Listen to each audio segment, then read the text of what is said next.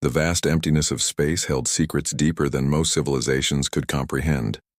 For 3 centuries, the galactic community had forgotten about humanity, a species once known for its unpredictability and relentless drive. They believed humans had simply vanished, faded into the cosmic background like so many extinct civilizations before them.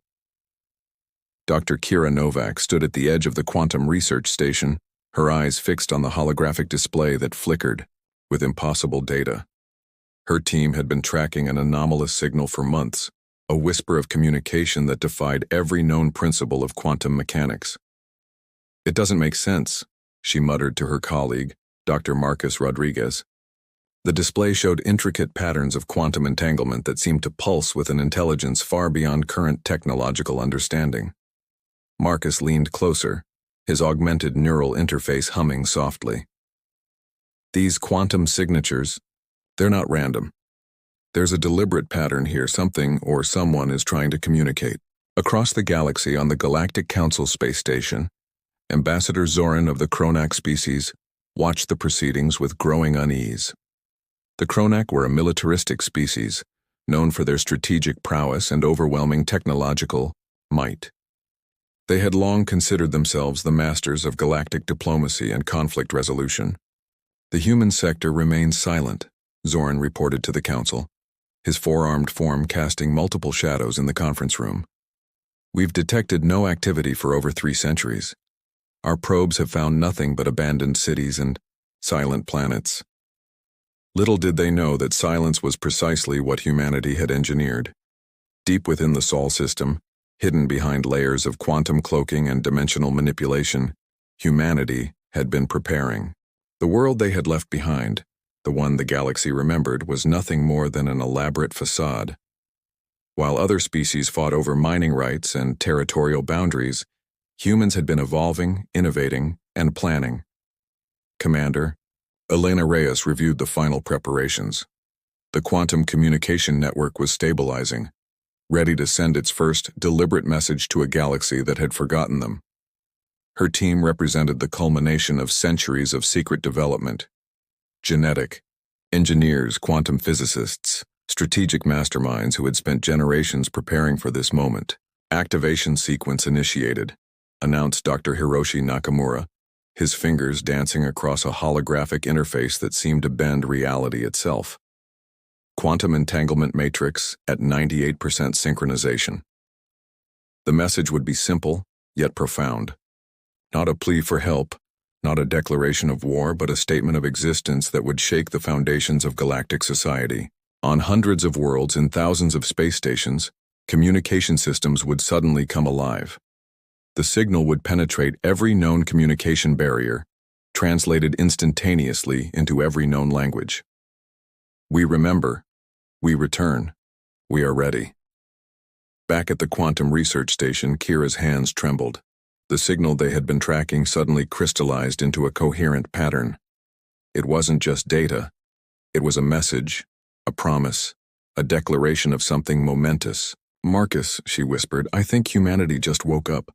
Across the galaxy, leaders of various species would soon learn that the humans they thought were gone had been anything but absent. They had been waiting, preparing, evolving into something the current galactic civilization could never have anticipated. The quiet was about to be shattered. Humanity's return was imminent. As quantum frequencies danced and communication networks lit up with impossible signals, one thing became clear. The galaxy was about to be reminded why humans were once feared, respected, and ultimately forgotten, but never truly gone. The first response came from the Galactic Council within hours of humanity's quantum transmission. Ambassador Zoran's communication burst through quantum channels, a mix of confusion, anger, and barely contained fear. "Explain yourselves," the message demanded, routing through every known communication protocol. "Your civilization was declared extinct." "How is this possible?" Aboard the hidden research vessel Prometheus, Director Victor Kaminsky allowed himself a thin smile. The response was exactly what they had anticipated: predictable, reactive, filled with the bureaucratic panic that had defined galactic politics for centuries. "Prepare the initial demonstration," he instructed Commander Arya Valdez, who stood at the quantum communication console. Her fingers moved with precision, engaging a series of protocols that had been centuries in development. The first proof would be technological, a demonstration of capabilities so advanced that it would force the galactic powers to recognize humanity's transformation. Across multiple star systems, scientific instruments began to malfunction simultaneously. Research stations, military outposts, and communication hubs experienced simultaneous quantum disruptions, not destructive, merely demonstrative.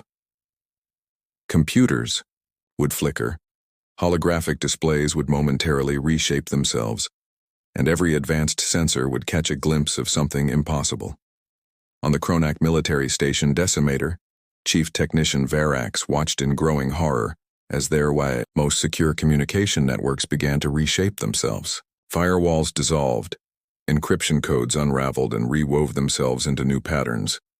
It was as if their entire technological infrastructure was being gently, precisely rewritten by an intelligence they couldn't comprehend. "This is impossible," Verax muttered, his four hands moving frantically across control panels. "No species can penetrate our quantum security protocols." But humans were doing exactly that. The message was clear. Humanity could enter any system, any network at will, not through brute force but through a level of technological understanding that made current galactic defenses look like primitive child's play. Dr. Marcus Rodriguez continued analyzing the quantum signals from the research station.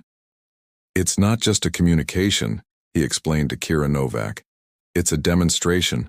They're showing the galaxy that the technological gap isn't just large, it's fundamental." The quantum transmission contained more than just a message.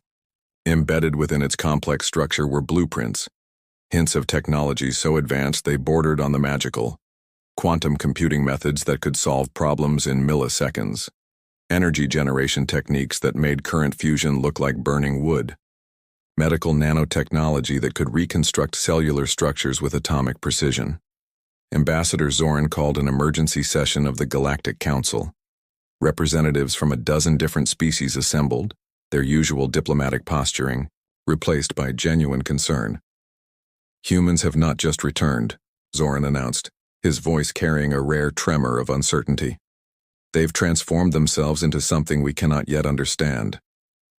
The Terran resurgence team, led by Commander Elena Reyes, watched these reactions with calculated patience.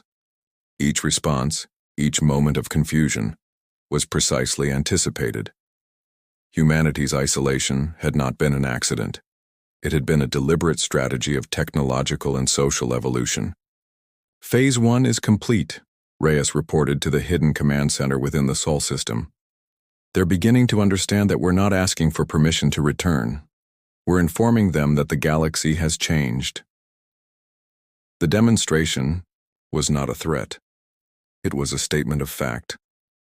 Humanity had spent 3 centuries reimagining itself, not just as a species, but as a civilization capable of transcending the limitations that had previously defined them. Quantum signals continued to pulse. Each transmission was a puzzle, a challenge, an invitation. The galaxy was being told, in no uncertain terms, that the humans they remembered were gone.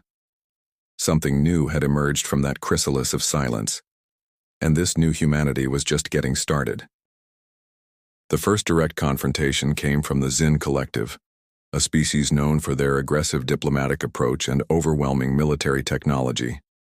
Their flagship, the Eternal Dominion, approached the edge of the Sol system with weapons, fully charged, a show of force meant to intimidate the newly re-emerged humans. Admiral Konstantin Volkov watched the approaching vessel from the command deck of the HMS Horizon, humanity's most advanced strategic platform.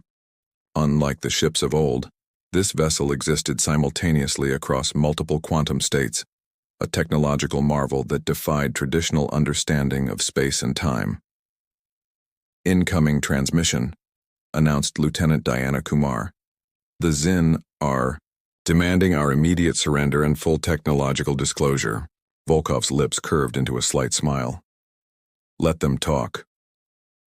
The Zin transmission crackled through the communication systems. High Chancellor Zartok's voice was a mixture of contempt and barely contained aggression. Humanity has been absent for 3 centuries. Your technological capabilities are obsolete. Surrender your systems or face total annihilation. Inside the Sol System's primary research complex, Dr. Rafiq Bashir completed the final calibrations on what the team called the quantum resonance protocol, a defensive mechanism that was anything but a simple weapon. Activation sequence ready, Bashir reported to Commander Reyes. We're prepared for their approach. The Eternal Dominion moved closer, its massive weapon systems charging.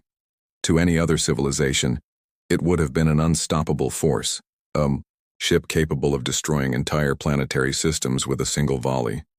What happened next would be remembered in galactic history as the moment humanity truly returned. As the Xin ship prepared to fire, reality itself seemed to shimmer. Not a traditional energy shield, not a conventional defensive mechanism, something far more profound. The ship's weapon systems began to malfunction, not through external interference, but through a fundamental manipulation of quantum probabilities. Each potential firing sequence collapsed before it could complete. Weapon algorithms rewrote themselves. Navigation systems produced impossible coordinates. What is happening? Chancellor Zartok screamed as his bridge crew frantically tried to regain control. The HMS Horizon didn't fire a single weapon. It didn't need to. The Xin ship was being systematically neutralized by something far more sophisticated than traditional warfare, a complete deconstruction of its technological potential. Aboard the Galactic Council Station, Ambassador Zoran watched the transmission in stunned silence. The Xin Collective was considered the most technologically advanced military power in the known galaxy, and they were being rendered completely ineffective without a single shot being fired. This isn't just technology, Zoran muttered to himself. This is a fundamental reimagining of what technology can be. Commander Elena Reyes understood the deeper strategy.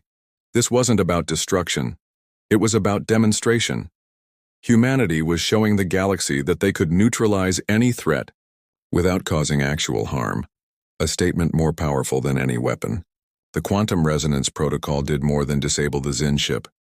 It provided a complete analysis of their technological infrastructure, their defensive capabilities, their weakest points, all without leaving a single trace of invasion. When the shimmering effect subsided, the Eternal Dominion was left drifting. Its crew was unharmed. Its systems were intact, but it was completely neutralized. A technological ghost ship that represented something the galaxy had never seen before.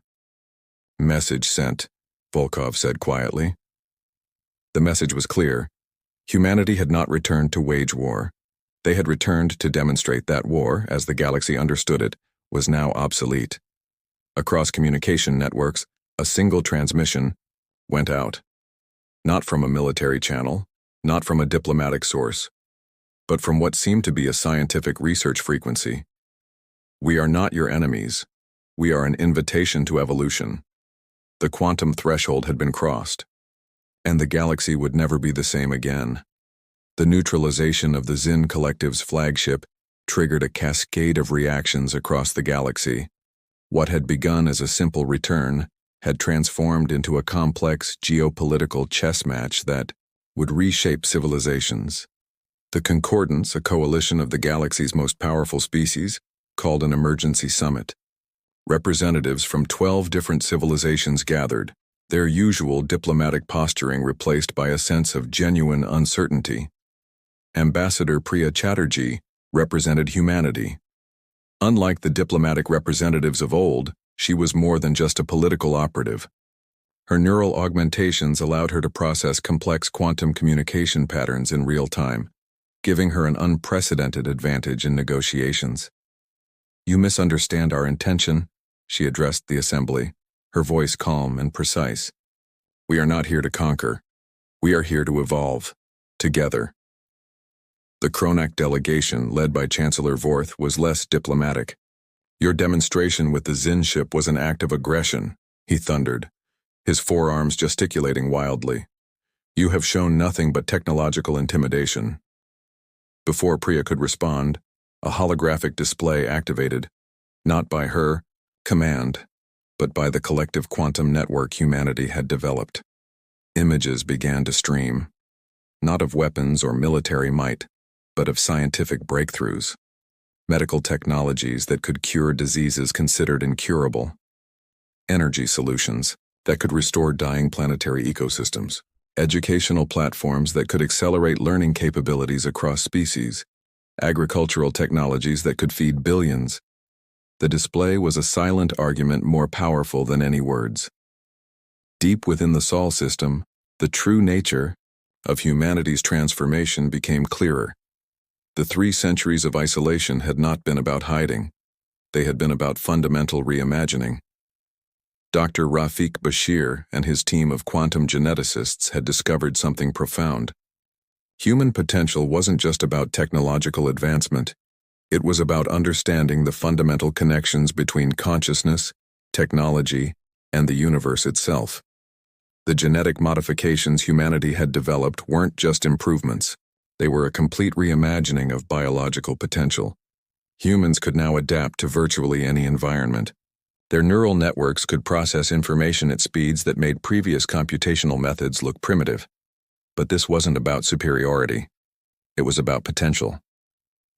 Admiral Konstantin Volkov monitored the diplomatic proceedings from the Strategic Command Center. The real negotiation wasn't happening in words. It was happening in quantum frequencies, in the subtle exchange of technological and biological information that most species couldn't even perceive. "They're scared," he said quietly to Commander Elena Reyes, "not of our weapons but of what we represent." What humanity represented was a fundamental challenge to the existing galactic order, not through conquest, but through an invitation to something greater. The concordant session continued, with species arguing, posturing, attempting to understand. This suddenly returned civilization that didn't follow any of the expected rules. Priya Chatterjee waited. She knew the real communication was happening beneath the surface, in quantum frequencies, in the exchange of information that transcended traditional diplomacy. "We are not asking for permission," she finally said, her voice cutting through the diplomatic noise. "We are offering a partnership, an opportunity to reimagine what civilization can be." As if to punctuate her statement, the quantum network pulsed. Across the galaxy, research stations, communication networks, and scientific platforms received simultaneous updates, technological improvements that seemed to emerge from nowhere, solving problems that had existed for centuries. The galactic crucible was heating up, and humanity was not just a participant. They were the catalyst for a fundamental transformation. The game had changed, and nobody, not a single species in the galaxy, was prepared for what would come next. The transformation was not instantaneous. It was a gradual awakening that would reshape the entire concept of galactic civilization. 1 year after humanity's return, the first true collaborative research station was established. Located in a neutral sector, it became a symbol of what could be achieved when species moved beyond competition into genuine cooperation. Dr. Imani Okeke, a quantum xenobiologist, stood at the station's central hub. Her team represented an unprecedented collaboration, humans working alongside representatives from a dozen different species, each bringing their unique perspective to solve challenges that had seemed insurmountable. "It's not about who we were," she often told her colleagues. "It's about who we can become together." The station became a crucible of innovation. The quantum technologies humanity had developed weren't kept secret. They were shared. Slowly, carefully, with an understanding that true advancement came through collective growth. Admiral Konstantin Volkov oversaw the broader strategic implementation. The military structures that had defined galactic interactions for centuries were being systematically reimagined. Defense was no longer about weapons but about prevention, understanding, and mutual development. On Earth, now a transformed planet that was part laboratory, part living museum, the first generation of truly post-isolation humans were coming of age. They were different, not just genetically, but fundamentally. Their understanding of connection transcended traditional boundaries of species, technology, and consciousness.